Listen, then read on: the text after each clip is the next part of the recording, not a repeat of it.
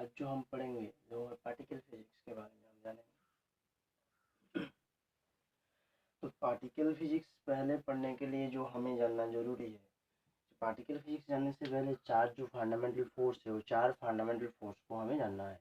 क्या? पहले हो जो ग्रेविटेशनल फोर्स, ग्रेविटेशनल इंटरेक्शंस कहते हैं हम इसे, इंटरएक्शंस। दूसरा है क्या? Electromagnetic interactions, EM interactions.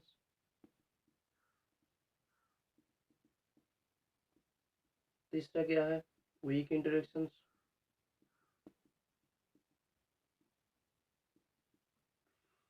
चौथा क्या है? Strong interactions.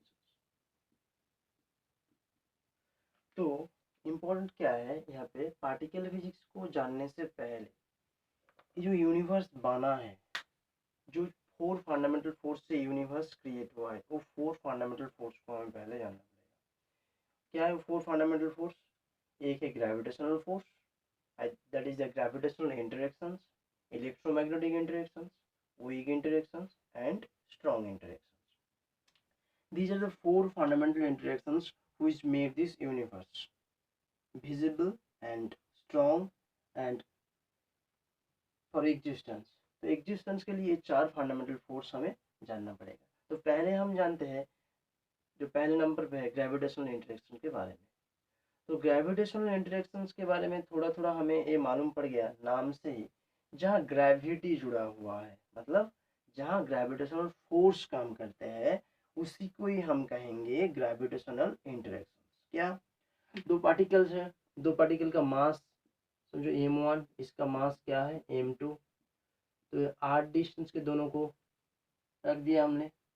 तो r डिस्टेंस पे रख दिया m1 m2, दोनों के बीच क्रियाशील फोर्स कितना होगा? m1 m2 over r square. तो एक क्या है, नहीं, दोनों जो पार्टिकल्स है m1 एंड m2 मास की, इन दोनों पार्टिकल के बीच जो इंटरेक्शन है उसका वैल्यू कितना होगा? वैल्यू f होगा g into m1 into m2 divided by r square. एक क्या है ना, ग्रेविटेशनल इंटरेक्शन किसके बीच? इन दोनों पार्टिकल के बीच। इसे ही कहते हैं ग्रेविटेशनल इंटरेक्शन, एक ग्रेविटेशनल फोर्स। क्या? दोनों जो पार्टिकल्स हैं दोनों की मास है m1 एंड m2, उस मास की वजह से क्या हो रहा है, इन दोनों में एक इंटरेक्शन, एक फोर्स काम कर रहा है, उसी को हम कहते हैं क्या? Gravitational interaction. एक बात ख्याल रखना है हमें यहाँ पे, याद रखना है क्या? ग्रेविटेशनल इंटरेक्शन किस वजह से काम कर रहा है? ग्रेविटेशनल इंटरेक्शन काम कर रहा है दोनों की मास की वजह से। क्या? दोनों की मास, ये इंपॉर्टेंट है। जो मास क्या, जो भी पार्टिकल्स हिग्स फील्ड के साथ रिएक्ट करता है कहते हैं हम उसको कहते हैं क्या? उसकी मास है। मतलब फिजिक्स के लैंग्वेज में जो पार्टिकल्स हिग्स फील्ड नाम की फील्ड है, बाद में हम उसे पढ़ेंगे, हिग्स फील्ड के साथ इंटरेक्ट करेगा, उस पार्टिकल का मास रहेगा। इसका मतलब क्या? हिग्स फील्ड के साथ इंटरेक्ट करना पड़ेगा तो मास रहेगा, और मास है तो क्या? ग्रेविटेशनल इंटरेक्शन रहेगा। मास के बिना ग्रेविटेशनल इंटरेक्शन हो ही नहीं सकते। समझ में आ गया? तो ग्रेविटेशनल इंटरेक्शंस के बारे में क्या क्या चीज हमें जानना है? पहला चीज जानना क्या है? रेंज। ग्रेविटेशनल जो इंटरेक्शन है इसका रेंज कितना है। दूसरा क्या जानना है? इसका स्ट्रेंथ कितना है, ये कितना शक्तिशाली है, कितना पावरफुल है, वो जानना है। तीसरा क्या जानना है? इंटरमीडिएट पार्टिकल्स,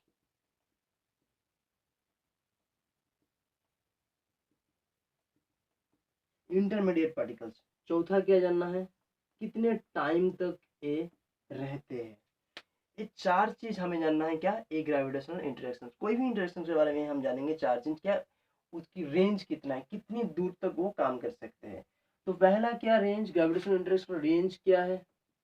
इसका रेंज है इनफाइनाइट। इसका मतलब ये है, मान लो कि चांद है, चांद का ग्रेविटेशनल इंटरेक्शन कितना दूर काम करेगा?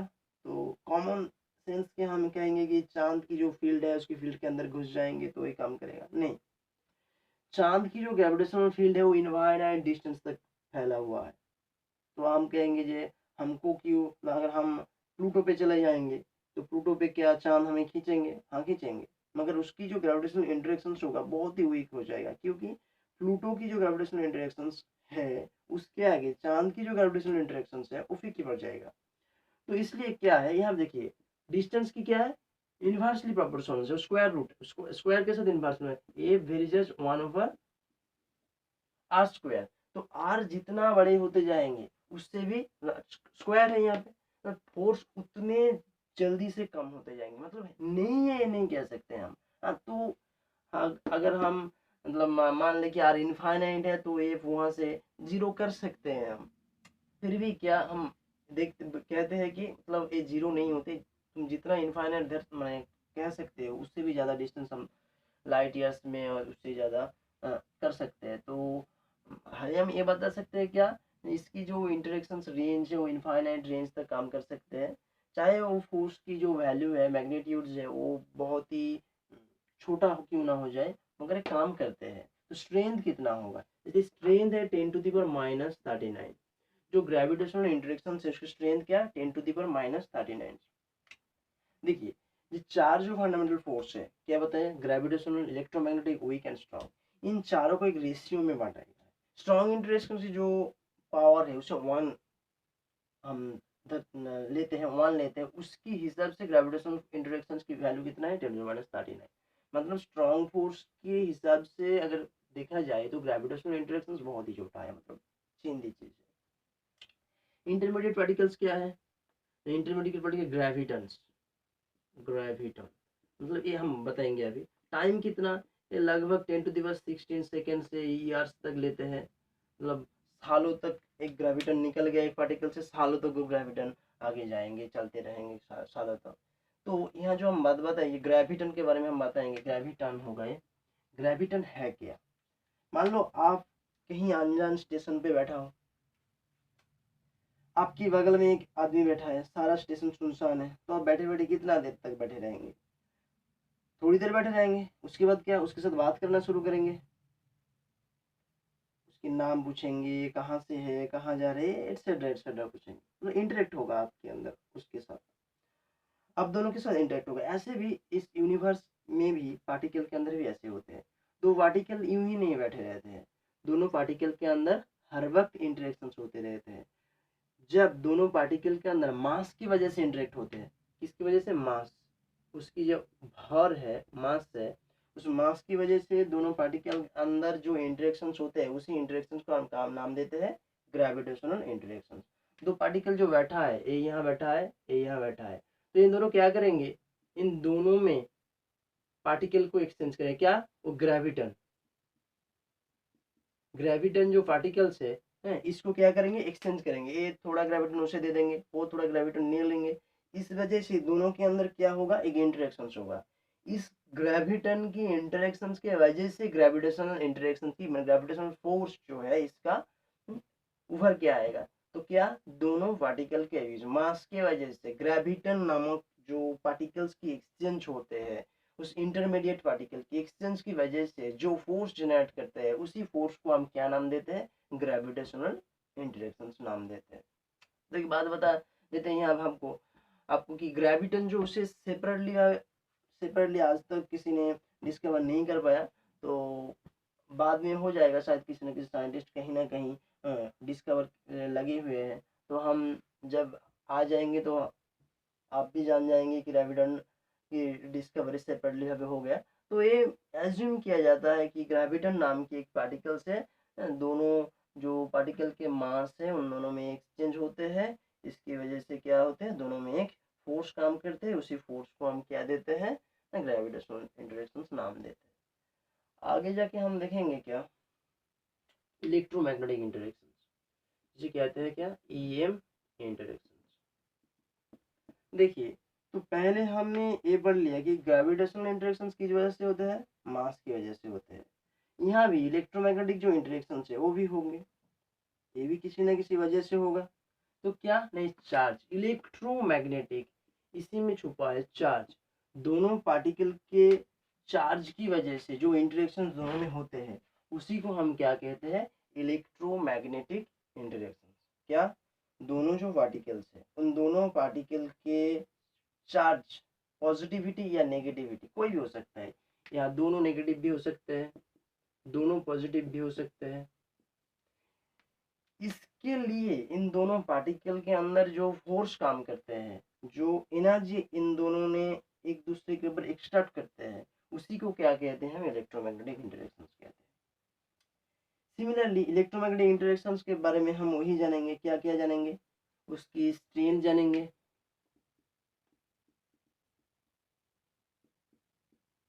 दूसरा क्या जानेंगे, रेंज जानेंगे, तीसरा कितना टाइम पे डीके होते हैं, चौथा क्या जानेंगे, इंटरमीडिएट पार्टिकल्स। देखिए ग्रेविटेशनल फोर्स की तरह इलेक्ट्रोमैग्नेटिक इंटरेक्शंस की रेंज भी कितना है, इनफाइनाइट। मतलब ये बहुत दूर तक काम कर सकते हैं। कहाँ से हमने पढ़ा था, F equals to 1/4 epsilon Q1 Q2 over R square. ये कहाँ से, कूलम्ब्स लॉ। अब ले कूलम्ब लॉ से क्या पढ़ा कि दोनों चार्ज पार्टिकल को अगर Q1 और Q2 को कोई r डिस्टेंस पे रख दिया तो उसके अंदर जो क्रियाशील जो फोर्स काम करेंगे उसके अंदर वो क्या होगा, F equals to 1/4 epsilon Q1 Q2 by R square. तो की क्या है, इन दोनों के अंदर जो इलेक्ट्रोमैग्नेटिक फोर्स जो काम होगा, उन्हें काम करेगा वो। तो इसका रेंज क्या होगा, इनफाइनाइट। सेम वे स्ट्रेंथ कितना होगा, इसका स्ट्रेंथ थोड़ा ज़्यादा है ग्रेविटेशनल फोर्स से, क्या 10⁻⁻², मतलब बहुत ही ज़्यादा है ग्रेविटेशनल फोर्स की से। तो इसका जो स्ट्रेंथ है 10⁻², रेंज है इनफाइनाइट। तो ये टाइम कितना है, कितने टाइम तक ये रहते हैं, ये 10⁻14 सेकेंड से 10⁻20 सेकेंड तक ये वैलिड करते हैं। क्या इसका टाइम, क्या डी के टाइम क्या है, ये दोनों जो पार्टिकल्स के अंदर जो रेंज होते हैं, रेंज के जो टाइम जो लगते हैं, मतलब क्या है, दोनों पार्टिकल यहाँ बैठा है, मान लो यहाँ पे Q1 चार्ज बैठा है, यहाँ पे Q2 चार्ज बैठा है, इन दोनों में क्या होगा, एक इंटरेक्शन होगा। इंटरेक्शन की जो ये इंटरेक्ट करने की वक्त कितना लगता है, 10⁻14 सेकेंड से 10⁻20 सेकेंड के वक्त लगते हैं इन दोनों के अंदर इंटरेक्ट होने के लिए। तो इंटरेक्शन जो इंटरमीडिएट पार्टिकल्स क्या है, इंटरमीडिएट पार्टिकल्स है फोटॉन्स। नाम आपने सुने होंगे, फोटोन। क्या, ये दो पार्टिकल्स है, मतलब चार्ज पार्टिकल यहाँ बैठा है, पॉजिटिव चार्ज यहाँ बैठा है, नेगेटिव चार्ज यहाँ बैठा है। तो दोनों में क्या होगा, अट्रैक्शन पावर काम करेगा। पॉजिटिव चार्ज क्या करेगा, नेगेटिव चार्ज को अपनी ओर खींचेगा, नेगेटिव चार्ज क्या करेगा, पॉजिटिव चार्ज को अपनी ओर खींचेगा। तो यहाँ पे एक सवाल आते हैं, पॉजिटिव चार्ज नेगेटिव चार्ज को खींचेगा ही क्यों, जरूरी क्या है खींचना ही अपनी ओर। तो यहाँ क्या होते हैं, इन दोनों में फोटोन के एक्सचेंज होते हैं, फोटोन एक्सचेंज करते हैं। तो फोटोन एक्सचेंज की वजह से क्या होते हैं, इन दोनों के अंदर एक इंटरेक्शन काम करते हैं। देखो मान लो कि आप आपकी दोस्त कहीं स्लीपर, मतलब स्नो स्नो के ऊपर खड़े हो, कहीं मसूरी या फिर कहीं घूमने गए, एक दूसरे के ऊपर स्नो में खड़े हो, दोनों में किसी के हाथ में, मान लो तुम्हारे हाथ में एक बॉल है, फुटबॉल या कोई भी छोटा छोटा वॉलीबॉल या कुछ कुछ भी है। तो आपकी दोस्त क्या कर रहा है, ये बल को स्नैच करना चाहता है, आपके हाथ से लेके खुद ले रहा है, आपने क्या कर रहा है, उसी हिसाब से उसको स्नैच कर रहे हैं। तो इस स्नैचिंग की वजह से आप दोनों में क्या होगा, आप दोनों एक दूसरे के करीब आ जाएंगे। यही काम यहाँ होते हैं, यही फैक्ट यहाँ होते हैं। क्या, इन दोनों के अंदर फोटोन को स्नैच करते, ये फोटोन उसके पास ले लिया, उसने इसके पास से ले लिया, ऐसे स्नैचिंग होते हैं। जो लाइन्स ऑफ फोर्स हमने ड्रॉ किया था, ऐसे लाइन्स ऑफ फोर्स आते हैं ना, लाइन्स ऑफ फोर्स निकलते हैं, स्नैचिंग होते हैं। उसी की वजह से इन दोनों में क्या करते हैं ना, इंटरेक्शन पैदा होते हैं, इंटरेक्शन जनरेट करते हैं। उसी इंटरेक्शन को क्या कहते हैं हम, इलेक्ट्रोमैग्नेटिक इंटरेक्शन। देखो पॉजिटिव नेगेटिव, नेगेटिव क्या करेगा, रिपल्सन करेगा। क्यों रिपल्सन करेगा, देखो दोनों में स्नैच हो रहा है, मतलब तुम दोनों करीब आओगे। अगर तुम भी फेंक रहे हो स्नो, स्नो के लेके गला बना लिया तुमने, बल बना लिया छोटा सा, उसके और फेंक रहे हो, वो उसको तुम्हारे ऊपर फेंक रहे हैं। तो फेंकने से क्या होगा, एक दूसरे से दूर हट जाओगे, दूर मतलब यहाँ खड़ा है, इधर फेंक रहा है, फेंकने से एक रिकॉइल वेलोसिटी ऑपोजिट डायरेक्शन में मिलेगा तुमको, तो तुम थोड़ा पीछे हट गए। ये फेंक रहा था ऑपोजिट से, तो ये दोनों दूर हट जाएगा दोनों से। तो ये क्या होते हैं, इसे कहते हैं रिपल्सिव फोर्स। जब स्नैच करते हैं तब होते हैं अट्रैक्टिव फोर्स। इसीलिए दो नेगेटिव चार्ज दोनों से दूर हटते हैं, दो पॉजिटिव चार्ज दोनों से दूर हटते हैं। अपोजिट चार्ज जब करीब आते हैं एक दूसरे से अट्रैक्ट करते हैं। यही है actually fundamental interactions, electromagnetic interactions. तो हमें क्या याद रखना है, इसकी स्ट्रेंथ कितना है 10⁻², रेंज कितना है इनफाइनाइट, टाइम कितने तक रहती है 10⁻14 सेकेंड टू 10⁻20 सेकेंड तक रहते हैं। एक क्या इंटरमीडिएट क्या है इसकी ना, इंटरमीडिएट फोटॉन्स पार्टिकल्स है। कौन सी इक्वेशंस के ऊपर बेस है ये, F = 1/4πε Q1 Q2/r²। तो ये देखो, ये जो दोनों फोर्स थे, electromagnetic force and gravitational force, ये मैक्रोस्कोपिक वर्ल्ड की फोर्स है। मैक्रोस्कोपिक वर्ल्ड, मैक्रोस्कोपिक मतलब दुनिया जो हम अपनी आंखों से देख सकते हैं, कोई इंस्ट्रूमेंट की सहायता के बिना, उसी का हम कहते हैं मैक्रोस्कोपिक, ये बड़े है जो। इसके बाद जो दोनों फोर्स है क्या, strong force and weak force, ये जो दोनों फोर्स है ये है मैक्रोस्कोपिक वर्ल्ड की फोर्स है। तो इसके बारे में हम चर्चा करेंगे अभी। तो क्या है, पहला क्या है ना, वीक इंटरेक्शंस।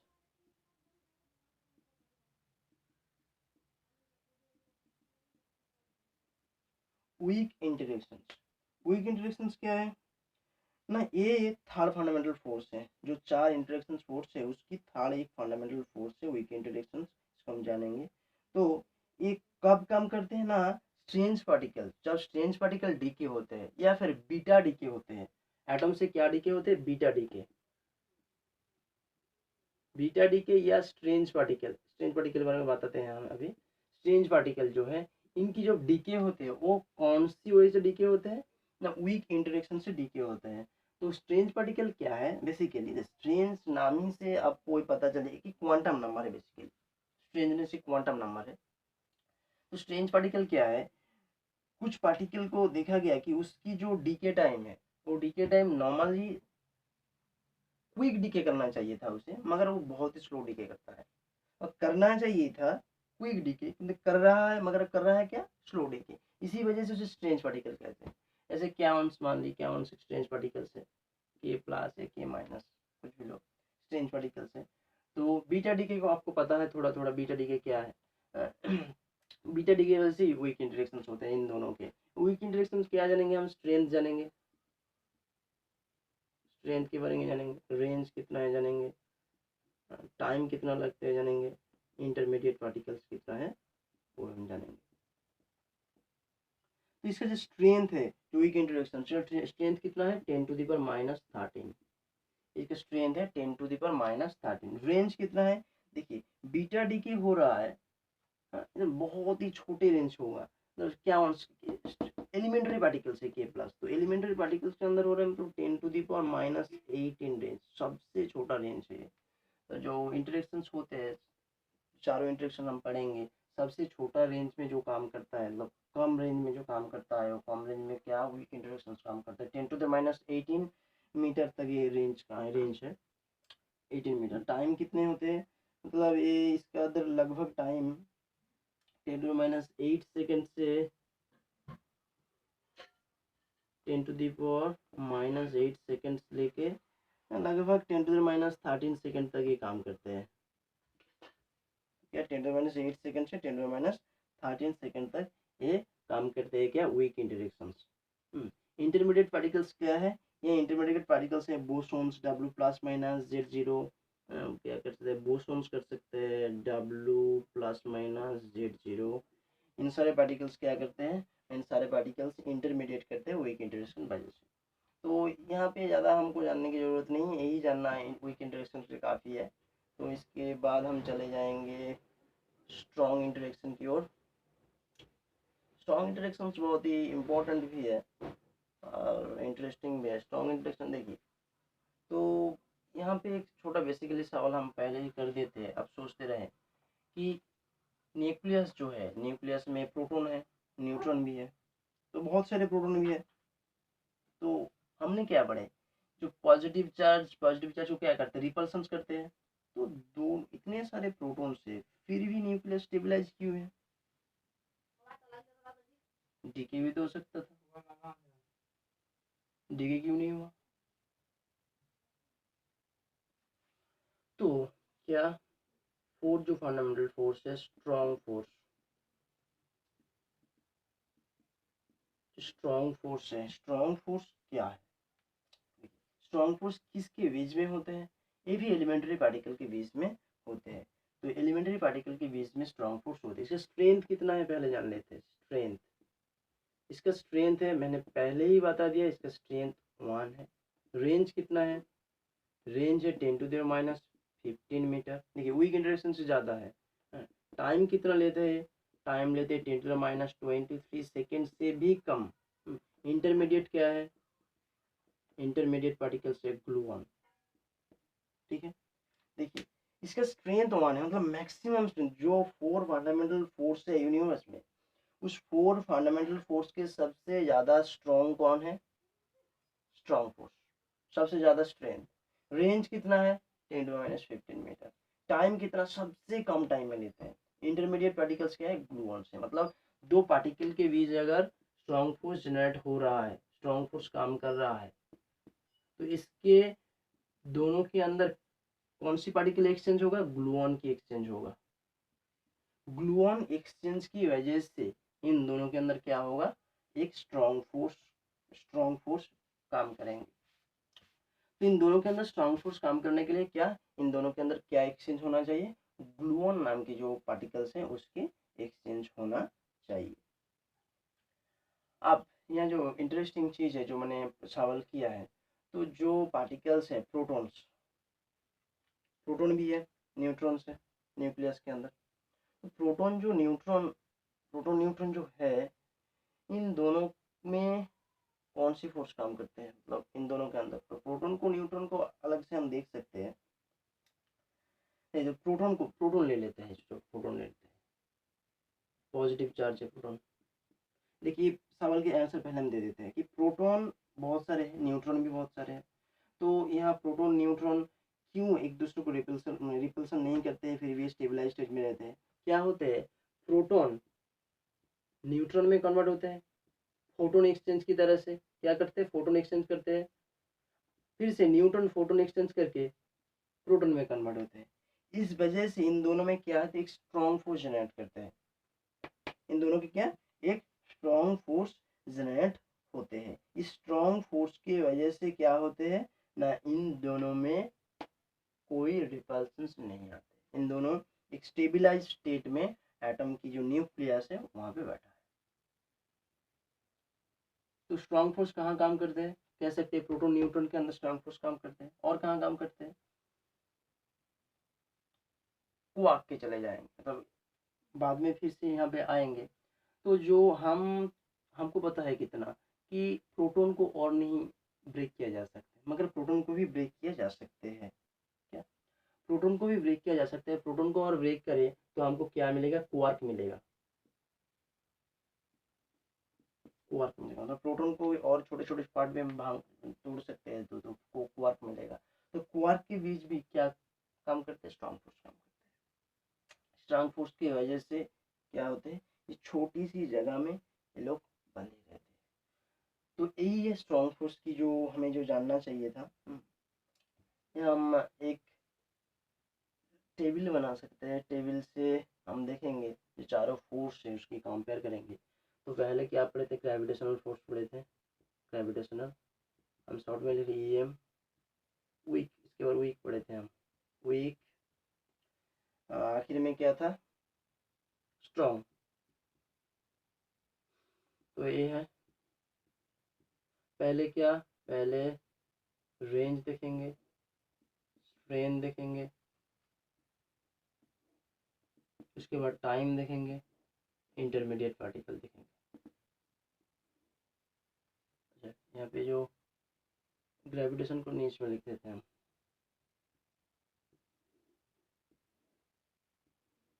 तो पहले ग्रेविटेशन की पूरा कर देते हैं। रेंज कितना था ग्रेविटेशन की? इनफाइनाइट। स्ट्रेंथ कितना था? 10⁻39। टाइम कितना लग रहे थे? 10⁻16 सेकेंड से ईयर्स तक लेते रहे थे। इंटरमीडिएट पार्टिकल क्या था? ग्रेविटन हो गए थे। इलेक्ट्रोमैग्नेटिक रेंज कितना है? इसका भी इनफाइनाइट है। स्ट्रेंथ कितना था? 10⁻²। टाइम कितना लग रहे थे? लगभग 10⁻14 सेकेंड से 10⁻20 टू 10⁻14 सेकेंड। हाँ, इंटरमीडिएट पार्टिकल क्या था? फोटोन था। हो गया। वीक इंटरेक्शन की रेंज कितना थे, 10⁻18 मीटर थे। स्ट्रेंथ कितना थे, 10⁻13। टाइम कितना लग रहे थे, लगभग 10⁻2 से सॉरी 10⁻8 से 10⁻13 सेकेंड तक लग रहा था। 8 से 10⁻13 सेकेंड तक टाइम। इंटरमीडिएट क्या थे, बोसोन्स थे, Z0 थे, W प्लस माइनस थे, लिख सकते हैं W plus minus. Strong force की रेंज कितने थे, 10⁻15 मीटर थे। स्ट्रेंथ कितना था, 1 था। Time less than 10⁻22 second. Intermediate particle क्या था, ग्लूऑन। ये क्या था, हमारे जो 4 फंडामेंटल इंटरेक्शंस है, उस 4 फंडामेंटल इंटरेक्शंस के 4 इंटरेक्शंस है। इन चारों इंटरेक्शंस को हमें अच्छे से समझना होगा क्या, पार्टिकल फिजिक्स को समझने के लिए। तो अगले जो पार्टिकल की क्लासिफिकेशन है वो हम अगले लेक्चर में देखेंगे। कैसे पार्टिकल्स को हम डिवाइड करेंगे, सब डिवाइड क्या क्या पार्टिकल्स है, उन पार्टिकल के बीच कब स्ट्रॉन्ग इंटरेक्शंस होगा, कब वीक इंटरेक्शंस होगा, कौन सा इलेक्ट्रोमैग्नेटिक इंटरेक्शंस करेगा, वो हम देखेंगे। चारों इंटरेक्शंस को देखेंगे। बहुत सारे क्वांटम नंबर्स जो है, उस क्वांटम नंबर्स को भी हम पढ़ेंगे। तो यहाँ तक आज की